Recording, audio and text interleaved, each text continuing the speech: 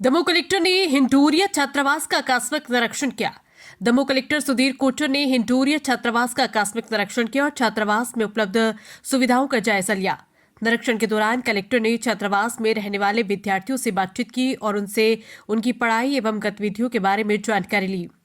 Collector ने कहा कि आप लोग बेहतर पढ़ाई करके आगे बढ़िए। यदि एक भी बच्चा आगे निकलता है तो बाकी बच्चों में भी प्रेरणा पैदा होगी। पढ़ाई, खेलकूद या किसी भी विधा में आगे बढ़ने की कोशिश कीजिए। सुधीर कोटर ने छात्रों को ये भी बताया कि किसी भी प्रकार की समस्या होने पर वे उनसे संपर्क कर सकते हैं।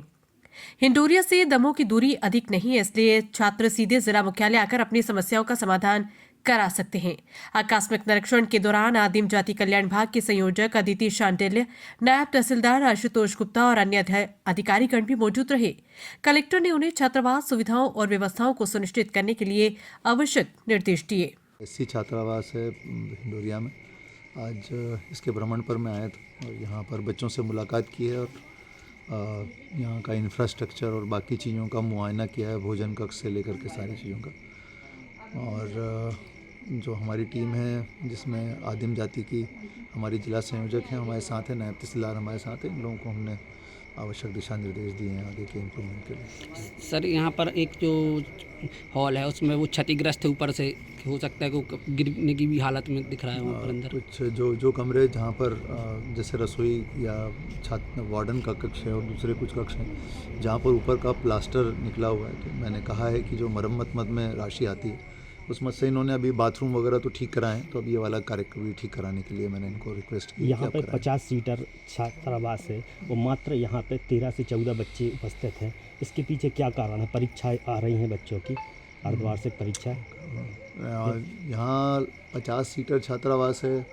सामान्य तौर पर 45 बच्चे यहाँ पंजीकृत रहते हैं और उसके आधे बच्चे अभी अवेलेबल हैं, बाकी बच्चे नहीं हैं। तो मुझे कारण जो बताया गया है वो ये बताया गया है कि सामान्य तौर से बच्चे अपने गांव चले जाते हैं और वो अपनी बाइक से या गाड़ियों से अपने स्कूलों में आते हैं। वो यहाँ ज़्यादा रुकते नहीं, आते भी हैं तो कभी कभार आते हैं। तो निश्चित रूप से इसके कारणों की पड़ताल करनी पड़ेगी, क्योंकि बच्चों का कम रहना यहाँ पर ये एक गंभीर विषय है कि या तो वो अपनी मर्ज़ी से ही नहीं रहते हैं, और यदि अपनी मर्ज़ी से वो बिल्कुल ही नहीं रहते हैं तो फिर उनका नाम यहाँ पर नहीं होना चाहिए। तो ये चीज़ों के बारे में थोड़ा हम लोगों को चिंतन करना पड़ेगा कि ऐसा क्यों हो रहा है, और मैंने इसके लिए कहा है इनको कि इसको पूरी स्टडी करें कि बच्चे क्यों नहीं रह रहे हैं बाकी के बच्चे। उन बच्चों को बुला करके एक बार जो रजिस्टर्ड हैं उनसे एक बार चर्चा करनी होगी कि क्या ऐसा कारण है कि वो नहीं आते हैं यहाँ पर और वो अपने घर से ही ऑपरेट कर रहे हैं। तो मैंने इनको निर्देशित किया इस संबंध में। अभी बच्चों से चर्चा की, बच्चों ने बताया कि वो ठंडी के मौसम में हमारे जो यहाँ से उपलब्ध हुई है ठंडी ओढ़ने के लिए बिस्तर, वो सही नहीं है, हम लोग घर से लेके आना पड़ रहा है। हाँ, अभी जो रजाई वगैरह ये ओढ़ रहे हैं मैंने देखी तो उसमें रुई वगैरह काफ़ी ख़राब हो चुकी है, तो मैंने इनको कहा है कि इसको तुरंत बदलवाएंगे। और जहाँ पर बिस्तर ख़राब हैं वहाँ पर यहाँ इनके स्टॉक में भी रखे हुए हैं, तो वो चीज़ें चूँकि उपयोग आनी चाहिए लोगों के, तो वो उपयोग में आए, तो मैंने ऐसा बता दिया है इनको। तो जहाँ जहाँ ऐसी रजाइयाँ हैं जो कि अच्छी नहीं हैं उनको बदलने के लिए मैंने बोला है।